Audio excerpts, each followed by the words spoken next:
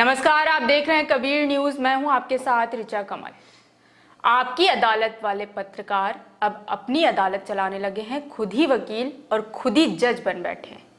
TV news channel पर एक show आता है, आपकी अदालत। पिछले 25-26 सालों से लगातार टेलीकास्ट हो रहा है। काफी पॉपुलर शो है।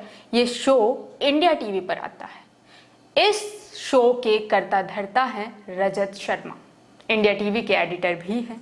रजत शर्मा की गिनती अच्छे पत्रकारों में होती रही है। एक निष्पक्ष पत्रकार की पहचान रखते थे। सरकार से तीखे सवाल पूछना इनकी पहचान हुआ करती थी। लेकिन ये सब प्राचीन काल की बातें हैं, यानी 6-7 साल पहले की बातें हैं।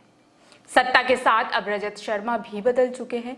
वजह है कि ये सत्ता के ज्यादा करीब के लोग हैं।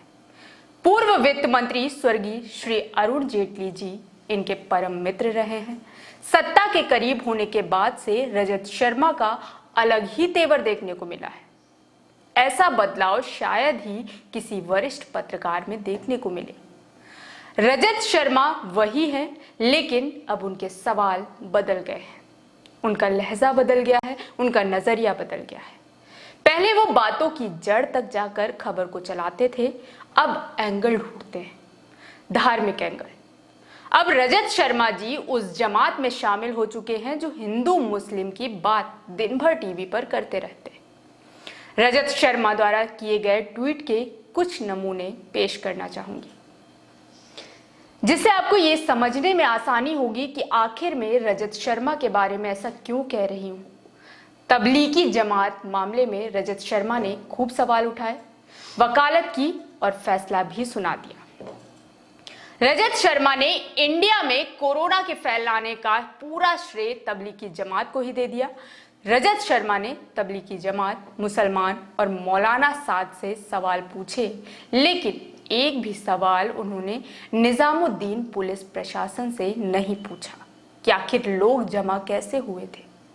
रजत शर्मा ने एक भी सवाल एयरपोर्ट अथॉरिटी से नहीं पूछा कि आखिर तबलीगी जमात के लोग एयरपोर्ट से बिना स्क्रीनिंग कैसे निकले। 14 अप्रैल 2020, जिस दिन देश में लॉकडाउन 2 लगाया गया है, मुंबई में बांद्रा स्टेशन के पास कुछ हजार मजदूरों की भीड़ जमा हो गई थी एक अफवाह के कारण।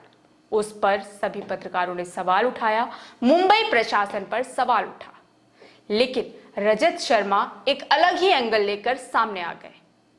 कमाल की बात यह है कि यह एंगल पहले बीजेपी के एक नेता ने दिखाया था। रजत शर्मा ने ट्वीट में लिखा, बांद्रा में जामा मस्जिद के बाहर इतनी बड़ी संख्या में लोगों का इकट्ठा चिंता की बात है। इन्हें किसने बुलाया? अगर ये लोग घर वापस जाने के लिए ट्रेन पकड़ने के लिए आए थे तो उनके हाथों में सामान क्यों नहीं था? रजत शर्मा को इतने मजदूरों का दर्द और डर नहीं दिखा, उन्हें मस्जिद दिख गई। आपकी जानकारी के लिए बता दूं कि बांद्रा स्टेशन के पास मस्जिद पहले से है और भीड़ जब भी लगेगी तो मस्जिद तक आ ही जाएगी। मुंबई पुलिस ने भी कंफर्म किया कि यह हिंदू मुस्लिम वाला कोई मामला नहीं है। सभी मजदूर थे और कुछ अफवाह के कारण यहां जमा हो गए थे। अफवाह फैलाने वाला गिरफ्तार हो गया, लेकिन उसके बाद भी रजत शर्मा ने इस पर कोई सफाई नहीं दी। रजत शर्मा के ट्विटर हैंडल पर जब आप जाएंगे तो पाएंगे कि आजकल उन पर सारे ट्वीट सिर्फ धार्मिक एंगल वाले मसले पर होता है, नहीं तो वो ट्वीट ही नहीं करते।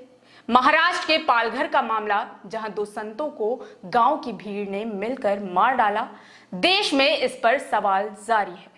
जब महाराष्ट्र सरकार ने साफ कर दिया कि इस मामले में कोई धार्मिक एंगल नहीं है, गृह राज्य मंत्री ने तो गिरफ्तार हुए सभी 101 लोगों की लिस्ट जारी करवा दी, ताकि लोग अब देख लें कि इसमें कोई मुस्लिम नहीं है। मृतक और गिरफ्तार हुए लोग एक ही समुदाय से हैं। तब इस मसले पर भी रजत शर्मा ने अपनी बात रखी। उन्होंने लिखा, पालघर में हुई साधुओं की बर्बर हत्या की शुरुआती जानकारी आई है। क्या इसके पीछे मुसलमानों का हाथ था? बिल्कुल नहीं, ये गुमराह हुए हिंदुओं ने किया। गुनहगारों को सख्त सजा मिलनी चाहिए। यानी रजत शर्मा का मानना है कि हिंदुओं को गुमराह किया गया कि वो साधु को मार दे। हिंदू अगर हत्यारा भी है तो वे गुमराह है, और यही अगर मुसलमान होते तो क्या रजत शर्मा यही कहते? शायद नहीं।